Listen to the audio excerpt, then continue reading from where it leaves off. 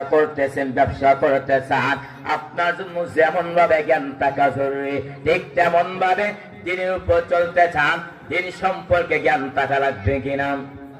আরো জোরে বলেন, আরো জোরে বলেন। 2 নম্বরে, আপনি বান্দা ব্যবসা করতে চাও, আপনার যেমন ভাবে পুঁজি থাকা জরুরি, ঠিক তেমন ভাবে আপনার নামাজ, আপনার রোজা, আপনার হজ, আপনার যাকাত আল্লাহর কাছে কবুল হতে আপনার ঈমান লাগবে কিনা? আরো জোরে বলেন। 3 নম্বরে, দুনিয়ার লাইনে আপনি ব্যবসা করতেছেন, আপনার জন্য যেমন ভাবে চেষ্টা থাকা জরুরি, ঠিক তেমন ভাবে আপনি নামাজ পড়তে চান, আপনি রোজা রাখতে চান, আপনি হজ করতে চান, আপনি যাকাত আদায় করতে চান, আপনার জন্য চেষ্টা লাগবে কিনা? আরো জোরে বলেন। আর চেষ্টা করতে পারলে, আমি আপনি চেষ্টা করতে পারলে আমার আল্লাহ আপনার অনেক রাস্তা দেখা দিবে। আল্লাহ বলেন, ওয়াল্লাযীনা জাহাদু ফীনা লানাহদিয়ান্নাহুম সুবুলানা ওয়া ইন্নাল্লাহা লামাআল মুহসিনিন।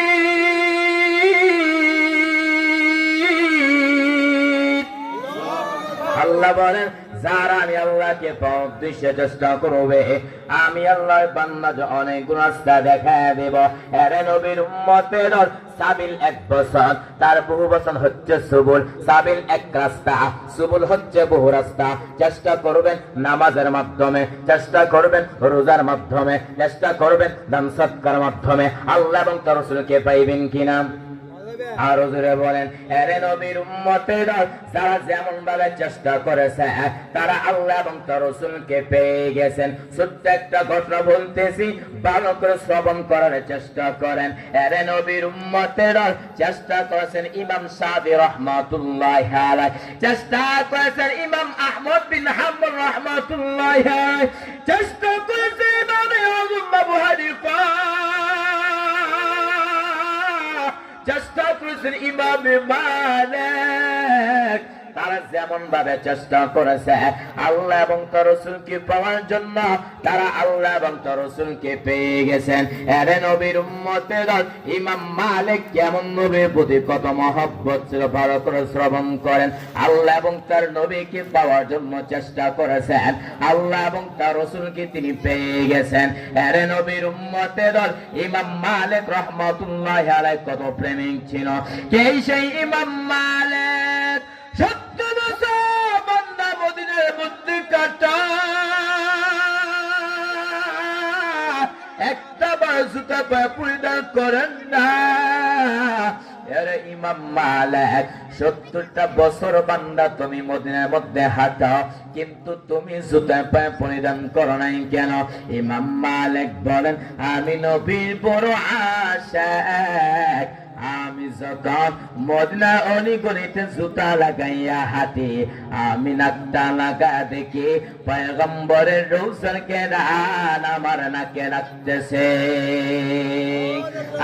ইমামুল আউয়ালিন আল আখিরিন বহর সাদাকা রাহমাতাল লিল আলামিন, শুধু জুদাস রহমতাল লিল আলামিন, মসজিদে ও শুধু হামারো এ জমিন। এর নবীর উম্মতের আলোচনা কি চলবে? শেষ করে দেই।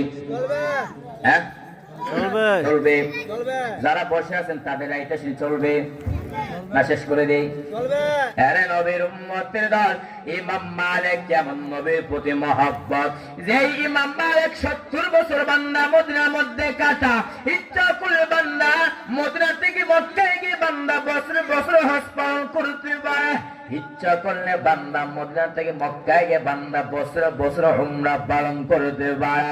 কিন্তু এত সুযোগ থাকার পর ইমাম মালিক তিনি মদিনা থেকে মক্কায় যায় না। ইমাম মালিক তার দিনের বড় তামান্না, আমি যদি মদিনা থেকে মক্কা হজ করতে যাই, আর ওটা যদি আবার ইন্তেকাল হয়, আমি তো মদিনার পাশে থাকতে পারবো না। নবীর উম্মতের দল, একদিন ঘুমের ঘরে ইমাম মালিকের সাথে ঘুমের মধ্যে নবীর সাথে মুলাকাত হয়ে গেছে। আল্লাহু আকবার বলেন, আল্লাহু আকবার, আর জোরে বলেন আল্লাহু আকবার। ইমাম মালিক নবীর সাথে কথা বলা আরম্ভ করলেন। ইমাম মালিক বলেন, ওগো আল্লাহর নবী, আজকে আপনার সাথে আমার অন্য কোনো বিষয় কথা না। ও পয়গম্বর, আপনি আমাকে জানান আমার হাতটা কথা। নবী আমার ডান হাত উঁচু করে 5টা আঙ্গুল দেখাইছে। দেখানোর পরে ইমাম মালিকের ঘুম ভেঙে গেছে। ইমাম মালিক টেনশনের মধ্যে পড়ে গেলেন। নবী আমার ডান হাত উঁচু করে 8টা আঙ্গুল দেখি বুঝাইছেন। 5টা বছর নাকি 5টা দিন নাকি 5টা মাস। আল্লাহ ইমাম মালিক তার খাদেমকে বললেন, এ খাদেম, জলদি করে আল্লামা ইবনে সিরিনের কাছে যাও, তার কাছে যাইয়া স্বপ্নের ব্যাখ্যা জানো, তবে আমার নাম বলবা না। খাদেম দৌড়াইয়া আল্লামা ইবনে সিরিনকে সুন্দর করে সালাম দিল আর বলতে লাগলো, এক আল্লাহর বান্দার সাথে ঘুমের মধ্যে নবীর মুলাকাত। ওই আল্লাহর বান্দা নবীকে প্রশ্ন করলেন, ও নবী, আমার হায়াতটা কত আপনি জানা দেন। নবী আমার ডান হাত উঁচু করে 5টা আঙ্গুল দেখাইছে। এবার আপনি স্বপ্নে ব্যাখ্যা করেন 5টা বছর নাকি 5টা দিন নাকি 5টা মাস। আল্লামা ইবনে সিরিন বলেন, যেই বান্দা স্বপ্ন দেখেছে তার নামটা বলতে হবে, ওই ব্যক্তির অনুযায়ী স্বপ্নের ব্যাখ্যা দেওয়া হবে। কারণটা হলো, দেওয়ানবাগির মতো কোন বেঈমান যদি বলে আমার নবী ডাস্টবিনের মধ্যে পড়ে আছে, আমি বলবো ওই বেঈমানের ঈমান ডাস্টবিনে পড়ে আছে। আল্লামা ইবনে সিরিন বলেন, যেই বান্দা স্বপ্ন দেখেছে তার নামটা বলতে হবে, যদি ব্যক্তি নাম না বলে স্বপ্নের ব্যাখ্যা দেওয়া হবে না। খাদেম দৌড়াইয়া ইমাম মালিকের কাছে গিয়া বলতে লাগলো, আসসালামু আলাইকুম শায়খ, আপনার নাম না বলে স্বপ্নের ব্যাখ্যা দিবে না। ইমাম মালিক তার খাদেমকে বললেন, এ খাদেম, জলদি করে আমার নামটা বলে দাও, তারপর স্বপ্নের ব্যাখ্যা জানা বড় জরুরি। খাদেম দৌড়াইয়া আল্লামা ইবনে সিরিনকে বলতে লাগলো। আল্লামা ইবনে সিরিন বলেন, ওই খাদেম আল্লামা ইবনে সিরিনকে বলতে লাগলো, এই স্বপ্নটা ইমাম মালিক দেখেছেন। আল্লামা ইবনে সিরিন বলেন, আমিও মনে মনে ভেবেছিলাম যে স্বপ্নটা ইমাম মালিক ছাড়া অন্য কেউ দেখতে পারে না। আল্লামা ইবনে সিরিন বলেন, নবী 5টা আঙ্গুল দিয়ে বুঝাইছে 5টা বিষয় এমন আছে যে 5টা বিষয় সম্পর্কে আল্লাহ সারা দুনিয়াতে কেউ জানে না। 1 নম্বরে, একটা মানুষ আগামীকাল কি রুজি করবে, কি খাবে, কে জানেন? আরো জোরে বলেন আল্লাহ। 2 নম্বরে, একটা মানুষ কখন কোথায় মারা যাবে, কে জানেন? আল্লাহ। 3 নম্বরে, আগামীকাল বৃষ্টি হবে নাকি হবে, কে জানে? আল্লাহ। 4 নম্বরে, মায়ের গর্ভে সন্তানটা ছেলে হবে নাকি মেয়ে হবে, কে জানেন? আল্লাহ। 5 নম্বরে, কিয়ামত কখন সংঘটিত হবে, কে জানেন? মোট কথা, একমাত্র গায়েবের মালিক কে? আল্লাহ। আর জোরে বলেন আল্লাহ। আলিমুল গায়বি ওয়াশ শাহাদাতি ওয়াশ শাহাদাতি হুয়ার রাহমানুর রহিম।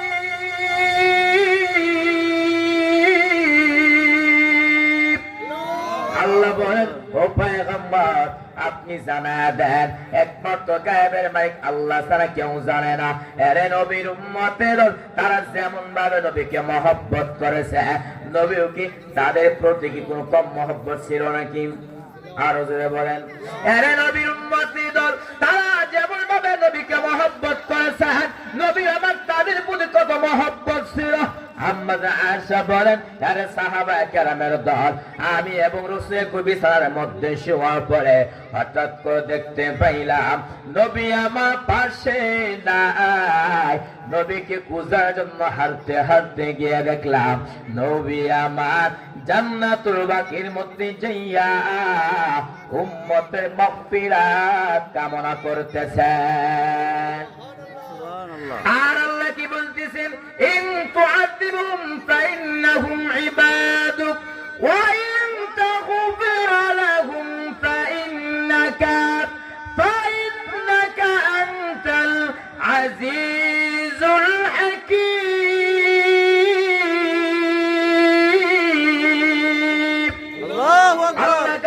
বলতেছে মালিক ইন তুআযিবহুম ফাইন্নাহুম ইবাদুক, ও আল্লাহ তারাই তো আপনার বড় বান্দা, যদি আপনি তাদেরকে শাস্তি দেন, ওয়া ইন তাগফির লাহুম, যদি আপনি তাদেরকে ক্ষমা করে দেন, আপনি তো হচ্ছে প্রজ্ঞাময় পরাক্রমশালী। এর নবীর উম্মতের দল, যেই নবী আমার আরামের ঘুমকে হারাম করিয়া জান্নাতুল বাকির মধ্যে যাইয়া উম্মতের মাগফিরাত কামনা করে, ওই নবীর সুপারিশটা কি জান্নাতে যাওয়া সম্ভব হবে? না হ্যাঁ না আরো জোরে বলেন। আগা নবীর উম্মতেরা হয়েছি দিশাহারা, কুরআন হাদিসের চলো যখন যাহা চাই মনে, নবী বিনে কে দরবে ফুলসিরাত মিজানে। আল্লাহু আকবার বলেন, আল্লাহু আকবার, আর জোরে বলেন আল্লাহু আকবার। চলো চলো মুমিন চলো নবীর সন্ধানে, নবী বিনে কে দরবে ফুলসিরাত মিজানে, নবী বিনে কে দরবে ফুলসিরাত মিজানে। এমন দিন নবী আমার, পিতা মাতা নাই যে তাহার, তার উপরেও কুতুমারা মারল তাকে দুশ্মনে, নবী বিনে কে দরবে ফুলসিরাত মিজানে, নবী বিনে কে দরবে ফুলসিরাত মিজানে। আল্লাহু আকবার বলেন, আল্লাহু আকবার, আর জোরে বলেন। আল্লাহু আকবার। এই যে 3 নাম্বার বলেছিলাম, দুনিয়ার লাইনে যদি আপনি চেষ্টা করতে পারেন, আপনি দুনিয়া পেয়ে যাইবেন। ঠিক তেমন ভাবে আপনি যদি দিনের জন্য চেষ্টা করতে পারেন, আমার আল্লাহ আপনাকে অনেক রাস্তা দেখায় দেবে কিনা? আর জোরে বলেন। এরে নবীর উম্মতের এই 3টা বিষয়ের উপর আলোচনা শেষ করব। আল্লাহ বলেন, ইয়া আইয়ুহাল্লাযীনা আমানু, হে ঈমানওয়ালারা, হাল আদুল্লুকুম আলা তিজারা, আমি আল্লাহ কি এমন একটা ব্যবসা প্রতিষ্ঠা করব যেই ব্যবসার মাধ্যমে তোমরা আমার আযাব থেকে মুক্তি পাইবা। তো আল্লাহর আযাব ব্যবসাটা কি শোনার ইচ্ছা আছে কি? হ্যাঁ আল্লাহ বলেন, তুমিনুনা বিল্লাহি ওয়া রাসূলিহি, 1 নাম্বার আল্লাহকে বিশ্বাস করবা, 2 নাম্বার রাসূলকে বিশ্বাস করবা। রাসূলকে কেমনে বিশ্বাস করবা? অন্তর দিয়ে বিশ্বাস করলেন, কিন্তু আমলের মাধ্যমে যদি না দেখান কোনো লাভ হবে না। এবং আপনি আমল দিয়ে দেখাতে হবে, অন্তর দিয়ে বিশ্বাস করতে হবে, জবান দিয়ে স্বীকারোক্তি করতে হবে। যখন ওই 3টা বিষয় আমার আপনার ভিতরে থাকবে, পাশাপাশি আল্লাহ এবং তার রাসূলের কথা যদি বিশ্বাস করতে পারি, তাহলে আমাদের জীবনে সফলতা চলে আসবে। এরে নবীর উম্মতের সাহাবায়ে কেরাম, তারা নবীর কত মহব্বত ছিল, ঘটনা শুনবেন কি? হ্যাঁ বলেন। সাহাবায়ে কেরাম তারা নবীর প্রতি কত মহব্বত ছিল। তাবুকের যুদ্ধের সময় যখন চলে আসছে, নবী সাহাবায়ে কেরাম কি বলেন? হে সাহাবায়ে কেরাম,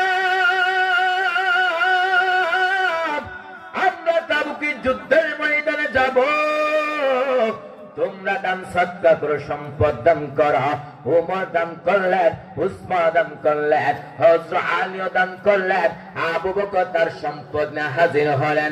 আল্লাহর নবী বললেন, আরে উমর, কি পরিমাণ সম্পদ দান করেছ? উমর বলেন, আমার সম্পদের অর্ধেক আমি দান করে দিলাম।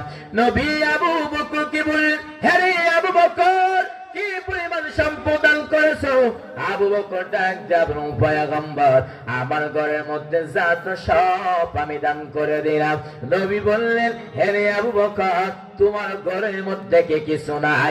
আবু বকর ডাক যাবেন, পয়গম্বর, আমার আল্লাহ আপনি ছাড়া আমার আপন কেউ নাই, আমার যা তো সব আমি দান করে দিলাম। সুবহানাল্লাহ। নবী আশ্চর্য হয়ে গেলেন। হঠাৎ করে জিবরাইল এসে হাজির।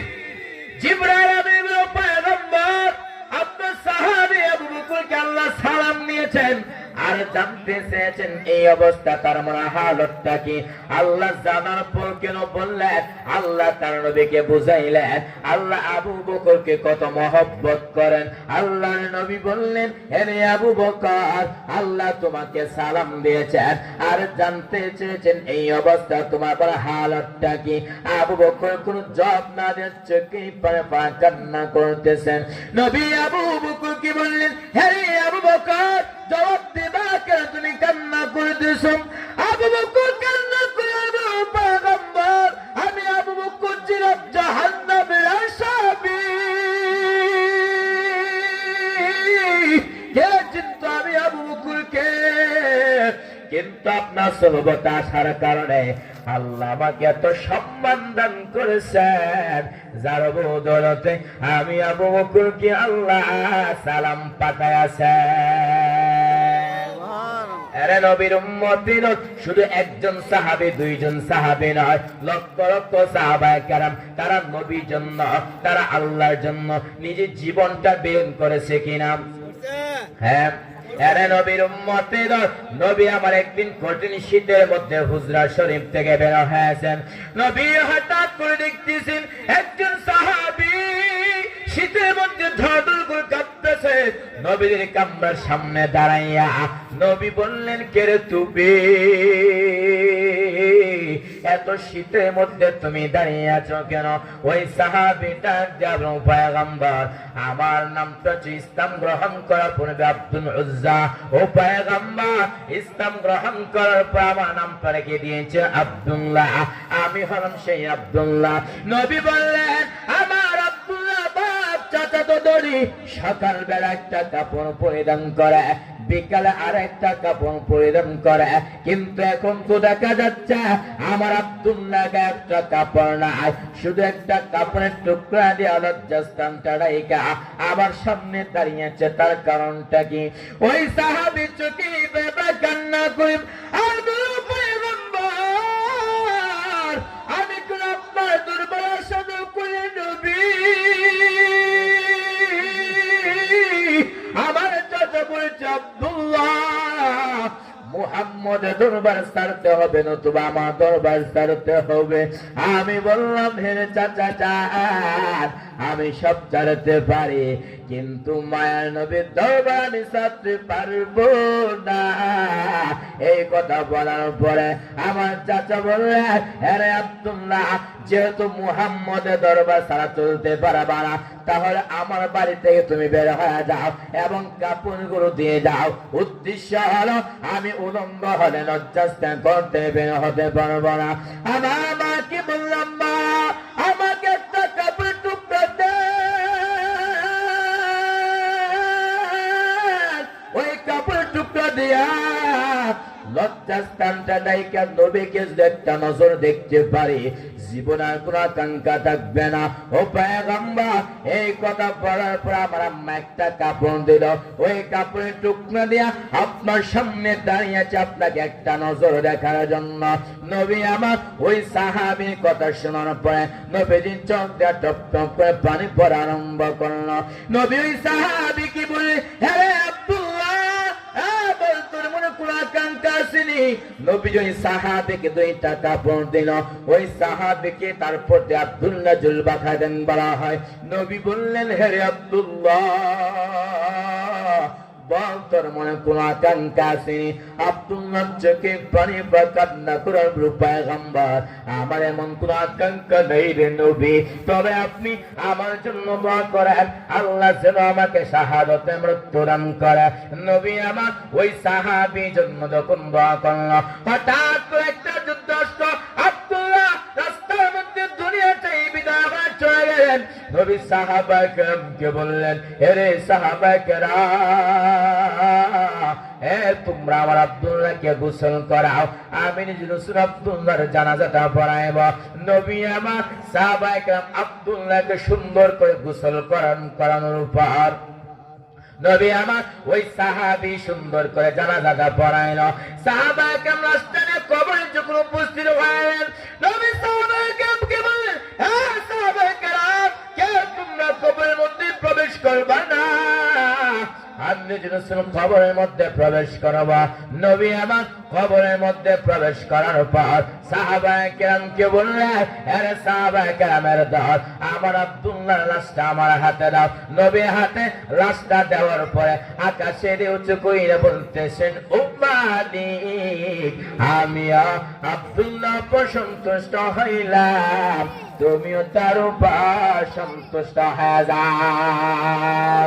মরণের চিঠি যখন আসবে আমার, কালেমার তালকিন দিও বারে বার, প্রাণ ভরে দেখিবা চেহারা তোমায়, দেখে নাও রওজা তোমায়। রাসূলুল্লাহ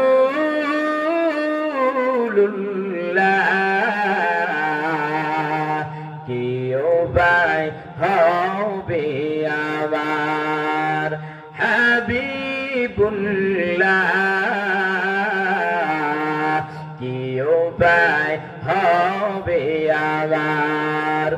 ও মদিনার পথের দুলি, মাগতাম আমি বেলা সুরমা বলি, ফিরে পেত নয়ন নূরের আধার, দেখে নাও রওজা তোমায়। রাসূলুল্লাহ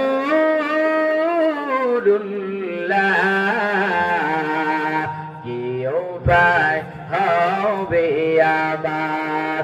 এর নবীর উম্মতের অল্প কিছুক্ষণের ভিতরে আপনার শেষ করব। দোয়ার আগে কি আপনার চলে যাবেন নাকি?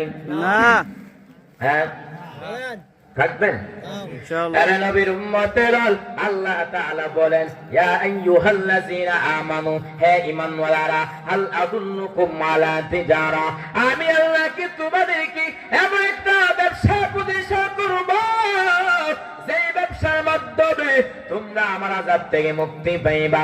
ব্যবসা হচ্ছে তুমিনুনা বিল্লাহি ওয়া রাসূলি, এক নম্বরে আল্লাহ এবং তার রাসূলকে বিশ্বাস করতে হবে। আল্লাহ এবং তার রাসূলকে বিশ্বাস করতে পারলে আল্লাহ জাহান্নাম থেকে মুক্তি দিবে। জাহান্নাম কেমন ভয়ঙ্কর শুনবেন তো? হ্যাঁ, আরে নবীর উম্মতের মুসনাদ ইমাম আযম আবু হানিফা রাহমাতুল্লাহি আলাইহি একটা হাদিস এনেছেন, জাহান্নামের মধ্যে দুইটা বান্দা জাহান্নামের মধ্যে জ্বলতেছে আর বলতেছে ইয়া হান্নান, আর বলবেন ইয়া মান্নান। ওই সাইয়্যিদুল মালায়েকা হযরত জিবরাইল আলাইহিস সালাতু ওয়াস সালাম এই দৃশ্য দেখার পর আমার আল্লাহ আরশ আজিমের সামনে সিজদায় পড়ে যাবেন। আমার মালিককে বলবে, ও মালিক, জাহান্নামের মধ্যে আপনার দুইটা বান্দা জাহান্নামের মধ্যে জ্বলতেছেন, ও আল্লাহ যদি ওয়াদার দেন দুইটা বান্দাকে আপনার সামনে হাজির করব। আল্লাহ বলে, জিবরাইল যাও ওই জাহান্নামের মধ্য থেকে ইয়া হান্নান আর ইয়া মান্নান বললে ওরা লোকগুলোকে আমার সামনে হাজির করো। জিবরাইল আমিন জাহান্নামের মালিক ফেরেশতাকে যখন বলবে, মালিক ফেরেশতা জাহান্নামের প্রত্যেক কানাচে কানাচে খুঁজতে থাকবে, কিন্তু এই দুইটা বান্দার বডি গুলো খুঁজে পাবে না। মালিক ফেরেশতা জিবরাইল আমিন কি বলবেন, হ্যাঁ জিবরাইল আমিন, ওই জাহান্নামের মধ্যে দুইটা বান্দা তো খুঁজে পাইতেছে না। জিবরাইল আমিন আবার আমার আল্লাহ আরশ আজিমের সামনে সিজদায় পড়ে যাবেন। আমার মালিক কি বলবি, ও মালিক, জাহান্নামের মধ্যে দুইটা বান্দা গুলো তো খুঁজে পাইতেছে না। আল্লাহ জিবরাইল আমিন কি বলবেন, হ্যাঁ রে জিবরাইল আমিন, ওই সময় অনুমতিটা গিয়েছো, যাও যাও জাহান্নামের অমুক স্থানের মধ্যে গিয়ে দেখবা দুইটা বান্দা জাহান্নামের জ্বলতে জ্বলতে একদম আগুনে আঙ্গার হয়ে গেছে। জিবরাইল আমিন জাহান্নামের মালিক ফেরেশতাকে যখন বলবে, মালিক ফেরেশতা জাহান্নামের অমুক স্থানের মধ্যে গিয়ে দেখবে ওই দুইটা বান্দা জাহান্নামের মধ্যে জ্বলতে জ্বলতে একদম আগুনে আঙ্গার হয়ে গেছে।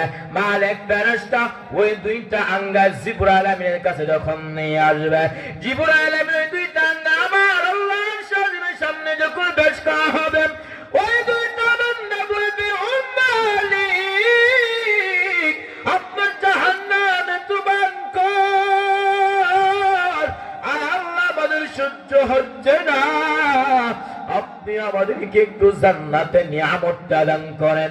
আল্লাহ বলবে, বান্দা, আমি আল্লাহ তোমাদেরকে অনর্থক বানাইলাম, যার কারণে তোমরা আমার ইবাদত করতে পারো। আল্লাহ বলেন, আফাহাসিবতুম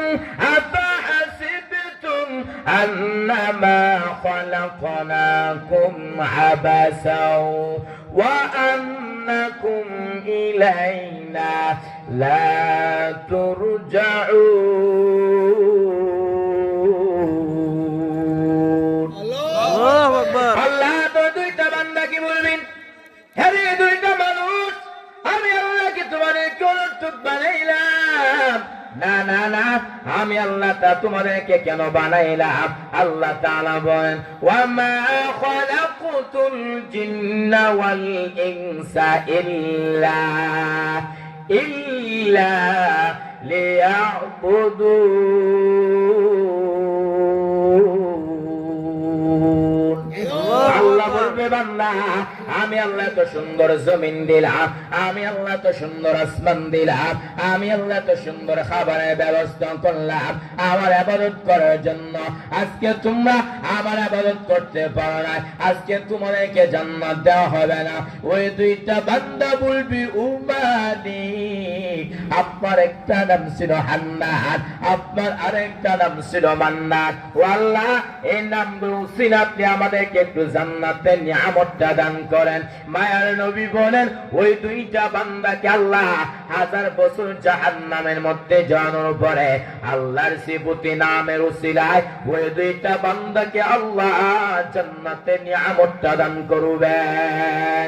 ইয়া ইলাহি তু মেরা মাবুদ হ্যায়, ইয়া ইলাহি तू मेरा मासूका है, या इलाही मुझसे मुझको दूर कर, ताकि देखो मुझ में तुझको एक नजर, कुफर शिरक मेरे दिल से दूर कर, मेरे दिल में इश्क हक गुलजार कर।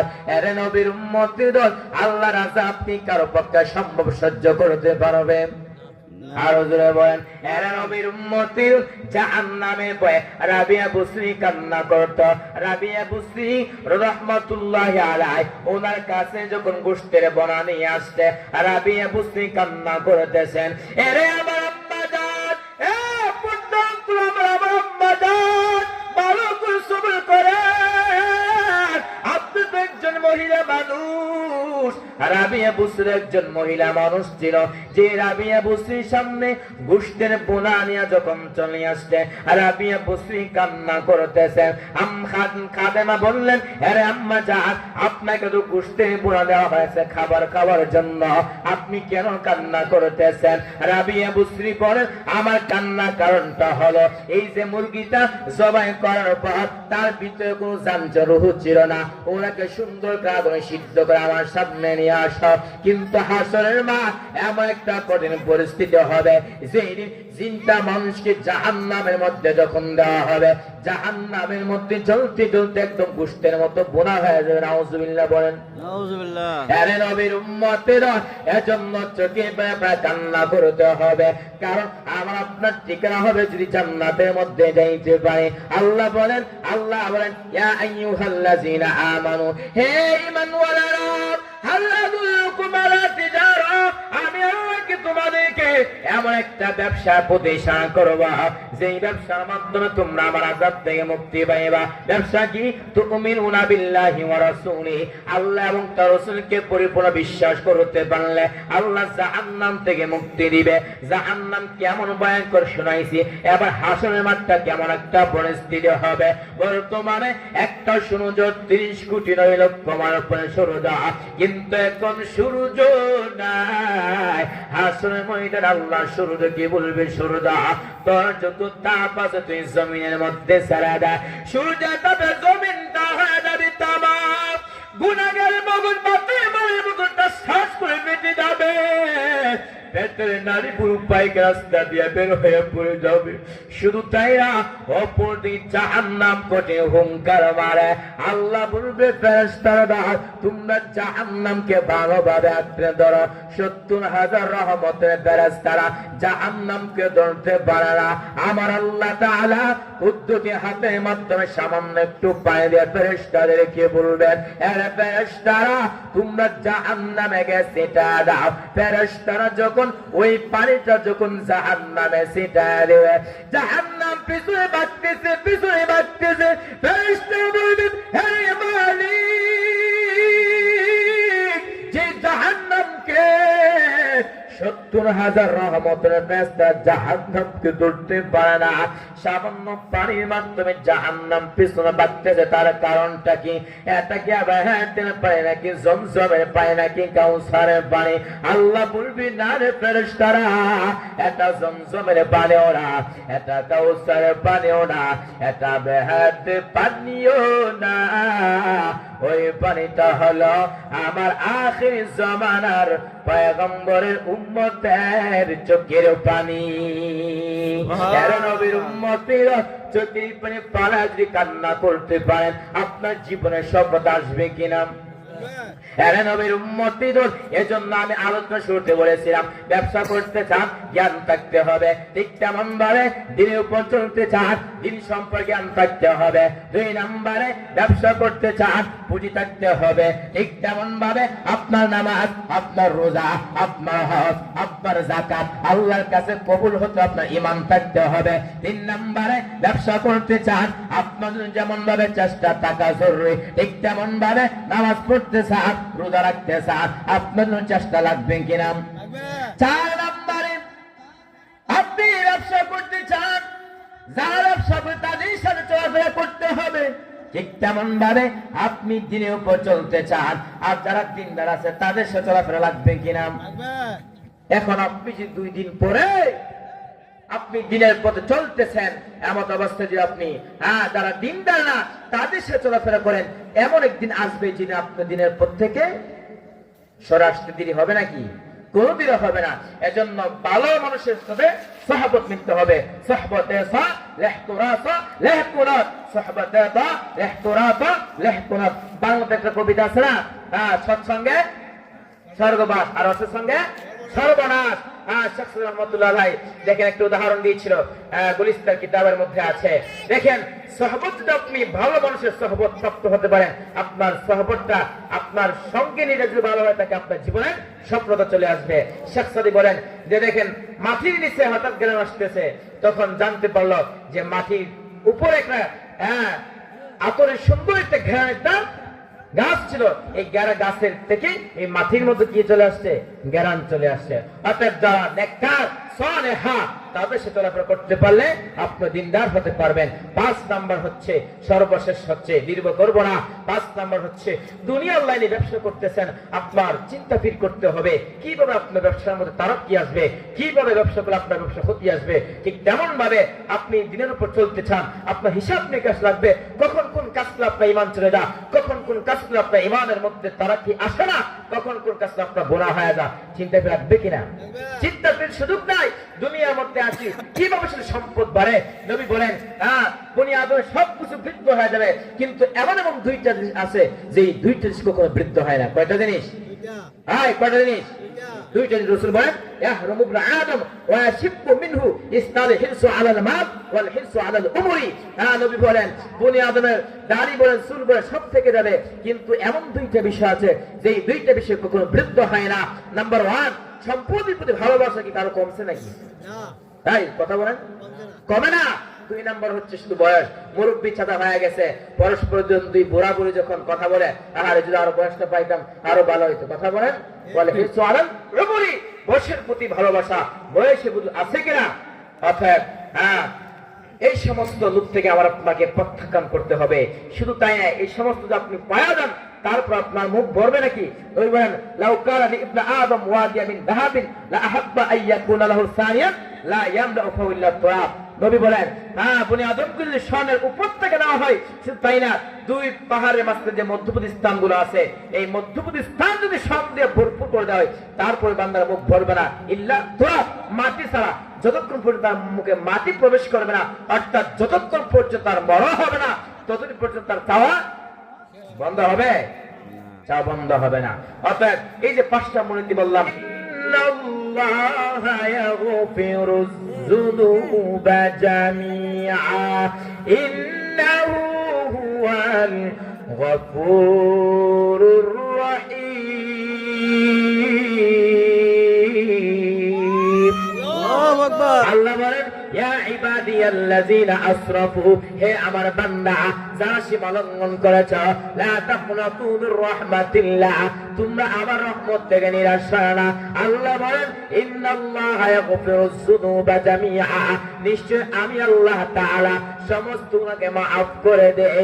এর নবীর উম্মতেরা দুনিয়ার মধ্যে চলতেছে, আপনাদের গুনাহ হয়ে গেছে, আপনার জবানের মাধ্যমে গুনাহ হয়ে গেছে, আপনার চোখের মাধ্যমে গুনাহ হয়ে গেছে, আপনার হাতের মাধ্যমে গুনাহ হয়ে গেছে, আপনার অঙ্গ প্রত্যঙ্গের মাধ্যমে গুনাহ হয়ে গেছে। যদি আল্লাহর কাছে ক্ষমা চান, আল্লাহ তাআলা maaf করবে কিনা? আর জোরে বলেন এরে নবীর উম্মতের মুসা পয়গম্বর মানুষদের কিনে যখন দোয়ার ব্যবস্থা করলেন, মিশরের জমিনের মধ্যে বৃষ্টি নাই, মুসা পয়গম্বর মিশরের মানুষদেরকে যখন দোয়ার ব্যবস্থা করলেন, হঠাৎ করে আপনার জিবরাইল আমিন পাঠাইলেন। জিবরাইল আমিন বলেন ও পয়গম্বর, আপনি যেই মজলিসের মধ্যে দোয়ার ব্যবস্থা করেছেন, ওই মজলিসের মধ্যে একজন জিনাকা আছে, তাকে উঠায়া দাও, নইলে জমিনের মধ্যে বৃষ্টি হবে না। মুসা নবী তো গরম মেজাজের নবী, দমক দেওয়া কে জিনাকা, তাড়াতাড়ি মজলিস থেকে উঠে যাও, তোমার কাছে জমিনের মধ্যে বৃষ্টি হয় না। মুসা পয়গম্বর এইভাবে যখন আলান করে দিলেন, হঠাৎ করে মাত্র একদম নিস্তব্ধ হয়ে গেল। ওই জিনাকার বান্দা এদিক সেদিক তাকাইতেছে আর দেখতেছে ওই লোকটা আর কেউ গুনাহগার না। ওই বান্দা বুঝতে পারলেন আমি হইলাম এই জমিনের মধ্যে, আমি হইলাম এই মজলিসের মধ্যে একজন জিনাকার। ওই আল্লাহর বান্দা তার মনটা আল্লাহ দিকে এমন ভাবে রুজু করেছেন, আমার আল্লাহকে বলতেছেন ও মালিক 40টা বছর জিনা করেছে, আমার মা জানতো না, বাবা জানতো না। ও আল্লাহ, যদি আমি মজলিস থেকে উঠে যাই, সবাই চিনে ফেলবে আমি জিনাকার, সবাই চিনে ফেলবে আমি হলো গুনাহগার। ওই আল্লাহর বান্দা এমন ভাবে তার মনটা আমার আল্লাহ থেকে রুজু করে এমন ভাবে তওবা করেছেন, সাথে সাথে আমার আল্লাহর পুত্র অন্তরের মধ্যে মায়া পয়দা হয়ে গেছে, সাথে সাথে মেঘা মিশরের জমিনটা একদম মেঘাচ্ছন্ন হয়ে গেল। মুসা পয়গম্বর বলে আল্লাহ তুমি বলো জিনাকার মধ্যে বৃষ্টি দিবা না, ওই জিনাকাও তোটা মিষ্টি দিনা কেন? আল্লাহ জিবরাইল আমিনকে পাঠাইলেন, ও পয়গম্বর, ও জিবরাইল আমিন আমার পয়গম্বরকে জানায় দাও, ও পয়গম্বর এই মজলিসের মধ্যে যে জিনাকারটা আছে, ওই বান্দা আমি আল্লাহ তাআলার কাছে এমন ভাবে তওবা করেছে, আমি আল্লাহর প্রতি অন্তরের মধ্যে মায়া পয়দা হয়ে গেছে, সাথে সাথে আমি আল্লাহ ওই বান্দাকে maaf করে দিয়েছি। মুসা পয়গম্বর বলেন আল্লাহ তুমি বললা জিনাকার উঠলে বৃষ্টি দিবা না, জিনাকার তো উঠে না, বৃষ্টি দিনা কেন? আল্লাহ বলে মুসা তুমি কি জানো না আমার একটা নাম হচ্ছে রহমান, আমার একটা নাম হচ্ছে সাত্তার, আমার একটা নাম হচ্ছে গফফার। ওই বান্দা আমি আল্লাহর কাছে এমন ভাবে তওবা করেছে, আমি আল্লাহ তুই অন্তরের মধ্যে মায়া পড়ে দেওয়া হয়ে গেছে, সাথে সাথে আমি আল্লাহ ওই বান্দাকে মাফ করে দিয়েছি। সুবহানাল্লাহ। আরে নবীর উম্মতের দল, এজন্য দুনিয়ার মধ্যে চলা অবস্থায় আপনার হাতের মাধ্যমে, আপনার জবানের মাধ্যমে, আপনার কানের মাধ্যমে, আপনার অঙ্গ প্রত্যঙ্গের মাধ্যমে গুনাহ হয়ে যাবে। যদি আমি আপনি গুনাহ মাফ করে দিতে পারি, আমার আপনার ঠিকানা হবে জান্নাতের মধ্যে। জান্নাতের মধ্যে যদি যাইতে পারি, জান্নাতটা কেমন সুন্দর আমার আল্লাহ তাআলা হাদিসে কুদসিতে বলেন, আ'আদাতু লিইবাদিয়াস সালিহিন মা লা আইনুন রাআত ওয়ালা উযুনুন সামিআত ওয়ালা খাতারা আলা কলবি বাশার। আমার আল্লাহ তাআলা হাদিসে কুদসিতে বলেন, আ'আদাতু লিইবাদিয়াস সালিহিন, সালেহ বান্দাদের জন্য আমি আল্লাহ এত সুন্দর জান্নাতটা রেডি রেখেছি। বলে মা লা আইনুন রাআত, পৃথিবীর কোন চোখ ওই জান্নাতটা দেখে নাই, ওয়ালা উযুন সামিআত, পৃথিবীর কোন কর্ণ শ্রবণ করে নাই, ওয়ালা খাতারা আলা কলবি বাশার, পৃথিবীর কোন অন্তর উপলব্ধি করতে পারে নাই ওই জান্নাতটা কেমন সুন্দর। ওই জান্নাতটা আমার আপনার আল্লাহ বানায় রাখছে কিনা? হ্যাঁ, এই জান্নাতের মধ্যে যাইতে হলে জান্নাতের কাজ করা লাগবে কিনা? আরে নবীর উম্মতের দল, এজন্য দুনিয়ার মধ্যে আপনাকে আল্লাহ আমাকে পাঠাইছে একটার একমাত্র ইবাদত করার জন্য। আমি আপনি ইবাদত করতে পারি না, আমার আপনার ভিতরে জাহান্নামের ভয় নাই। অথচ সাহাবায়ে কেরাম তারা কেমন নবীর প্রতি মহব্বত ছিল, তাদের ভিতরে কেমন জাহান্নামের ভয় ছিল। আল্লাহর নবী একজন সাহাবী হযরত উসমান রাদিয়াল্লাহু তাআলা আনহু কবরের পাশে যখন যাইতেন কান্না করতেন। সাহাবায়ে কেরাম বললেন, হে উসমান কেন তুমি কান্না করতেছ? উসমান বলেন, এই কবরটা হলো প্রথম ঘাটি, যে বান্দা এই প্রথম ঘাটি মুক্তি পেয়ে যাবে তার জন্য যত ঘাটি আছে আল্লাহ সহজ করে দিবেন। আরো জোরে বলেন, আরে নবীর উম্মতের, এজন্য আল্লাহ তাআলা তো আমাকে আপনার ডাকে যদি আমরা সাড়া দিতে পারি, আমার আল্লাহকে যদি আমি আপনি ডাকতে পারি, আল্লাহ সাড়া দিবে কিনা? আল্লাহ বলেন, ওয়াইদা সালাকা ইবাদি আন্নী ফাইন্নী করিব উজিবু দাওয়াতাদ দাঈ ইযা দাআন ফালইস্তাজিবু লি ওয়ালইউমিনু বি লাআল্লাহুম ইয়ারশুদুন।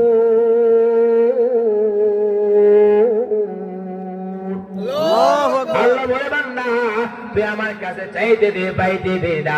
দুনিয়াওয়ালা দিবি আসলে, কিন্তু দরজা সব সময় করে না, মাঝে মাঝে করে, মাঝে মাঝে বন্ধ, রাতের বেলা বন্ধ, দিনের বেলা কুল্লো সারাক্ষণ ঘুমায়। কিন্তু আমি তো কত প্রিয় মাহবুবের মালিক, আমি আল্লাহকে গাড়ির মধ্যে বৈশা, আমি আল্লাহকে ঘরের মধ্যে বৈশা, আমি আল্লাহকে বাসের মধ্যে বৈশা, আমি আল্লাহকে বিমানের মধ্যে বৈশা, আমি আল্লাহকে যদি হেলিকপ্টার বৈশা, আমি আল্লাহকে স্মরণ কর, আমি আল্লাহ তোর ডাকে সাড়া দিতে রাজি আছি। আল্লাহ বলেন, উদউনি আস্তাজিব লাকুম, আমাকে ডাক দে, আমি তোর ডাকে সাড়া দিতে রাজি আছি।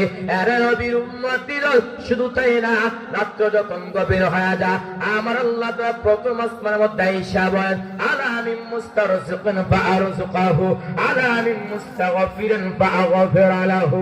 আমার আল্লাহ তাআলা প্রথম আসমানের মধ্যে আইসা বলেন, আলা মিন মুস্তারজিকিন ফাআরযুকাহু।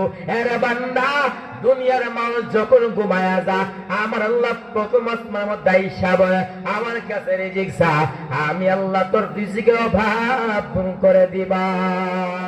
সুবহানাল্লাহ। আল্লাহ কি বলে, আলা মিন মুস্তারজিকিন ফাআরযুকাহু, আমি আল্লাহর কাছে ক্ষমা চাও, আমি আল্লাহ তাআলা রিজিক ছা, আমি আল্লাহ তাআলা তোকে কি করব? রিজিকের অভাব পূরণ করে দেব। রিজিক ছা, আল্লাহ শুধু তাই নয়, বলতেছেন আলা মিন মুস্তাগফিরিন ফাআগফির লাহু। আমার আল্লাহ তাআলা প্রথম আসমানের মধ্যে এসে বলেন, আলা মিন মুস্তাগফিরিন ফাআগফির লাহু, আমার কাছে ক্ষমা চা, আমি তোর সমস্ত গুনাহ মাফ করে দিব। সুবহানাল্লাহ। আমরা তো চাইতে পারি না, সময় বুঝি না। নেতার ক্ষেতের কাছে যখন দৌড়া, তখন সময় বুঝেন, হ্যাঁ অমুক সময় নেতা আর খেতা, কথা বলো না কেন, ঠিক। নেতার খেতা উপস্থিত থাকে এমন সময় যখন আপনারা যান, যখন সে সজাগ থাকে, অথবা যদি বড় ধরনের নেতা হয় তাকে ডাকা তাকে দেশে মাঝে মাঝে আসে, তখন সুযোগ খুঁজেন যে কখন তাকে ডাকলে পাওয়া যাবে। কিন্তু একদিন কি চিন্তা ফির করেছেন যে আমার মালিককে ডাকার জন্য সবসময় ডাকে, কিন্তু আমি আপনি সারা দিতে পারি না, পারি না। আমার আল্লাহ তাআলা প্রথম আসমানের মধ্যে আয়েশা বলেন, আলা মিন মুস্তারসিকিন ফাআরসুকুহু আলা মিন মুস্তাগফিরিন ফাআগফির লাহু। অর্থাৎ আল্লাহ তাকে, আল্লাহ প্রথম আসমানে আয়েশা বলেন, আমার কাছে রিজিক চাও, আমি আল্লাহ তাআলা তোমাকে রিজিকের অভাব দূর করে দিব। আলা মিন মুস্তাগফিরিন ফাআগফির লাহু, আমি আল্লাহ তাআলার কাছে ক্ষমা চাও, আমি আল্লাহ তাআলা তোমাদেরকে ক্ষমা করে দিব। আমি আল্লাহ তাআলার কাছে অসুখ বিসুখ থেকে আপনি দোয়া করেন, আল্লাহ তাআলা মুক্তি দান করবে কিনা? দোয়া তো করতে পারি না, দোয়া তো একটা ইবাদত, আর দোয়াও মখলুল ইবাদত, দোয়া হচ্ছে একটা ইবাদত। দোয়া করেন না, হ্যাঁ আল্লাহ তাআলা সওয়াব দিবে, ঠিক না? মুমিন বান্দা যে কাজটা করবে, হাসি দিবে, কান্না করবে, হ্যাঁ কারোর সাথে সম্পর্ক বজায় রাখবে, আবার কারোর সাথে সম্পর্ক ছিন্ন করবে, হ্যাঁ প্রত্যেকটা কাজে ইবাদত। তবে একটা বিষয় রাখবেন, এখন যদি আপনি বলেন যে মুমিন বান্দা হ্যাঁ যে ইবাদত করবে, সেই ইবাদত যদি অন্তর্ভুক্ত হয়ে যায়, আত্মীয়তা ছিন্ন করা, তো এটা কোরআন হাদিসের মধ্যে আসছে, হ্যাঁ লা তাদখুলুল জান্নাতা খাতি, আত্মীয়তা ছিন্নকারী কখনো জান্নাতে প্রবেশ করবে না।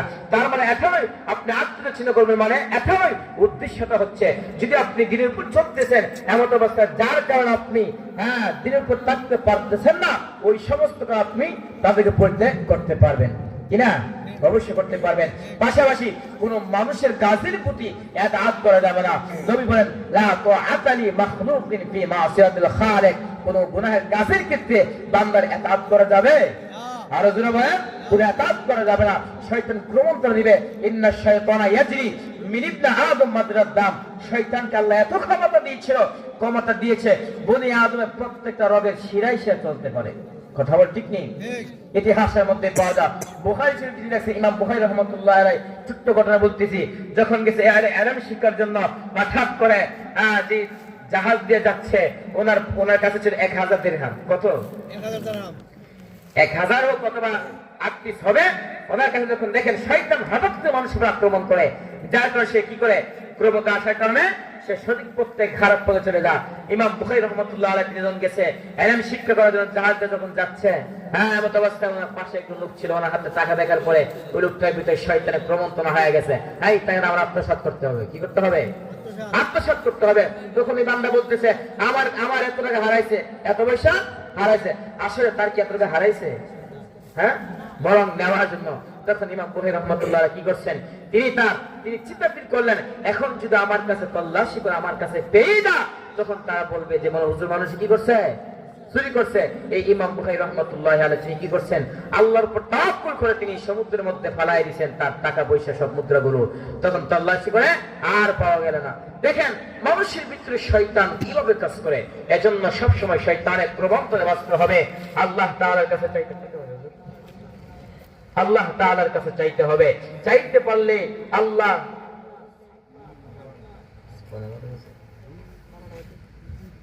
আল্লাহর কাছে যদি আমরা চাইতে পারি, আল্লাহ তাআলা আমাকে আপনাকে মাফ করবে কিনা? অবশ্যই মাফ করবে। 12টা বাজে আমরা 12টার ভিতরে ইনশাআল্লাহ আমরা মুনাজাত অংশগ্রহণ করব। অতএব আল্লাহ তাআলার কাছে ক্ষমা চাইতে হবে, শয়তানের প্রমোত্তর থেকে আমরা বাঁচতে হবে। এবং নবী বলতেছেন, বনি আদমের সবকিছু বৃদ্ধ হয়ে গেল, দুইটা জিনিস এমন আছে যে দুইটা জিনিস কখনো বৃদ্ধ হয় না। একটা হচ্ছে ইয়াহরুমু ইবনু আদম ওয়া ইয়াশিবু মিনহু ইসতাল হিরসু আলাল মাল ওয়াল হিরসু আলাল উমরি, বয়সের প্রতি ভালোবাসা। 2 নাম্বার হচ্ছে সম্পদের প্রতি ভালোবাসা। এই সম্পদের প্রতি ভালোবাসা করা যাবে? এজন্য এই যে আল্লাহ বলতেছেন, ইয়া আইয়ুহাল্লাযীনা আমানু, হে ঈমানওয়ালারা, হাল আদুল্লুকুম আলা তিজারা, আমি আল্লাহ কি তোমাদেরকে এমন একটা ব্যবসার প্রতি ইশারা করব যে এই ব্যবসার মাধ্যমে তোমরা আমার আযাব থেকে মুক্তি পাইবা। 5টা বলেছিলাম, কয়টা বলছি? 5টা কি কারো মনে আছে? আবার বলতেছি, নাম্বার 1, দুনিয়ার ক্ষেত্রে হ্যাঁ ব্যবসা করতে চান, ব্যবসা সম্পর্কে আপনার জ্ঞান থাকতে হবে। 2 নম্বরে দিনের উপর চলতে চান, দিন সম্পর্কে জ্ঞান থাকতে হবে। 2 নম্বরে ব্যবসা করতেছেন, পুঁজি থাকতে হবে। কি থাকতে হবে? বুঝে থাকতে হবে।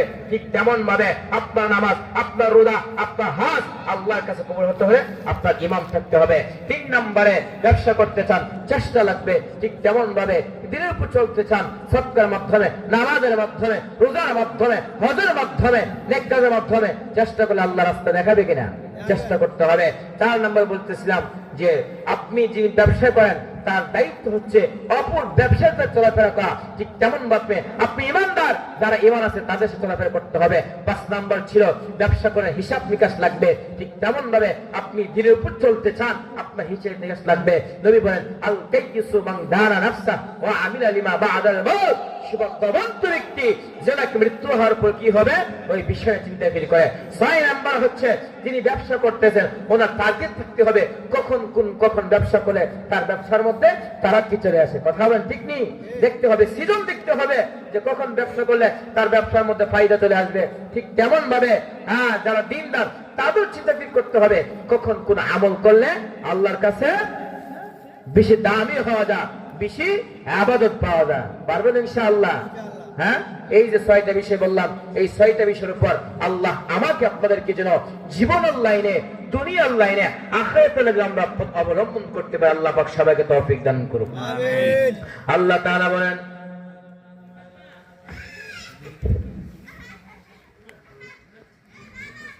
দুনিয়া সফল আসবে কিনা? হ্যাঁ, অবশ্যই আসবে। ঠিক তেমন ভাবে দিনের উপর লাইনে চলতে চাইলো আবার আপনাকে কি করতে হবে? এই পথ অবলম্বন করতে হবে। অর্থাৎ এই যে বিষয়গুলো বললাম, আল্লাহ তো জাহান্নাম থেকে মুক্তি দিবে। সেই জাহান্নাম কারো পক্ষে সম্ভব না সহ্য করা। সম্ভব? হ্যাঁ, সম্ভব নাকি? কারো পক্ষে সম্ভব না।